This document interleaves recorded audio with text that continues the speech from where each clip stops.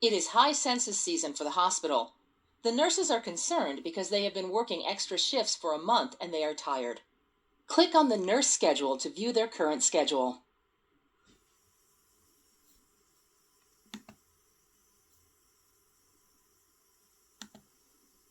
Just look at the schedule. The lead nurse has placed mandatory overtime for this month again.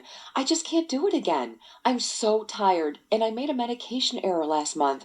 I'm afraid that I may hurt a patient and could never forgive myself. Oh no, I have a wedding I've already RSVP'd to on that Saturday. That's 3 Saturdays in a row. And each weekend I work, I'm always the senior nurse, with all new grads or nurses with less than a year's experience. Uh-oh, it looks like the nurses are unhappy with their schedule. What's going on? We were all scheduled an extra day each week. Oh, great, an extra day each week. What are you frustrated about? I'll take an extra one from one of you ladies, or I'll let the lead know I can work another day. Susie, are you sure you want to do that? I think that's unsafe. We are already on notice from the infection control nurse about the increase of central line infections on the unit. And you were just complaining earlier about having to work short most of the time. I can't work her mandatory extra shifts.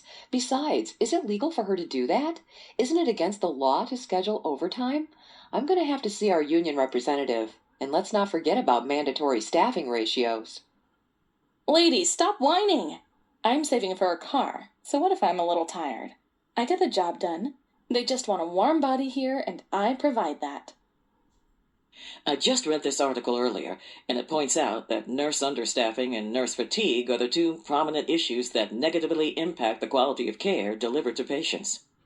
According to the article in JAMA Pediatrics, a national study found that very few neonatal intensive care units provide sufficient numbers of nurses to meet national guidelines, and that units caring for the most vulnerable babies are also the most understaffed, putting the health of critically ill newborns at risk. We need more nurses.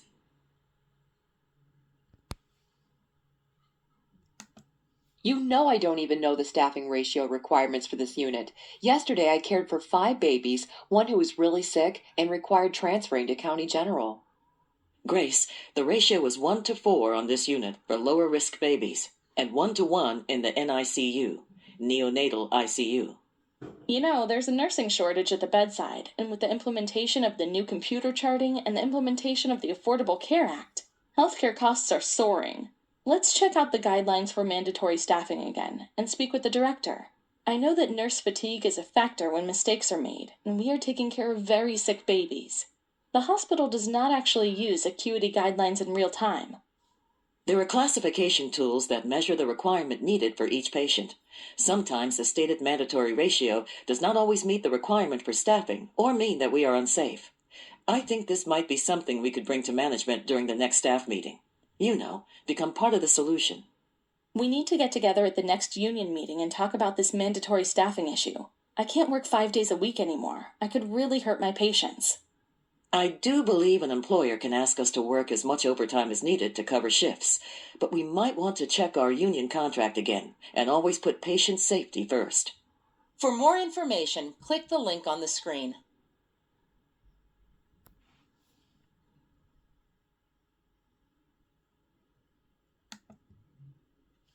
Yes, understaffing does impact the quality of care and may lead to increased rates of infection.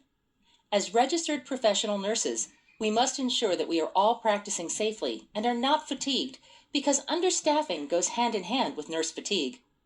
According to the Nursing Staffing Strategy, 69% of healthcare professionals surveyed said that fatigue caused them to feel concern over their ability to perform during work hours. Additionally, nearly 65% of participants reported they had almost made an error at work because of fatigue.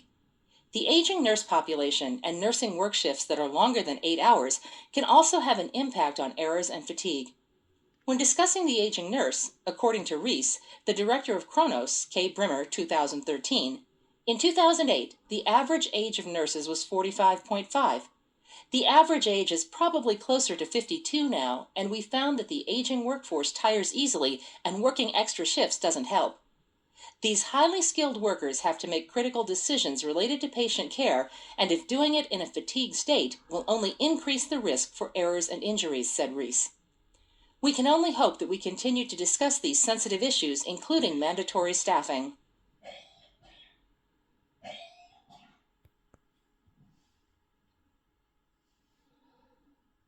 According to the article in JAMA Pediatrics, a national study found that very few neonatal intensive care units provide sufficient numbers of nurses to meet national guidelines, and that units caring for the most vulnerable babies are also the most understaffed, putting the health of critically ill newborns at risk.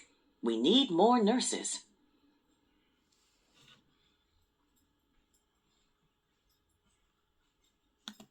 You know I don't even know the staffing ratio requirements for this unit.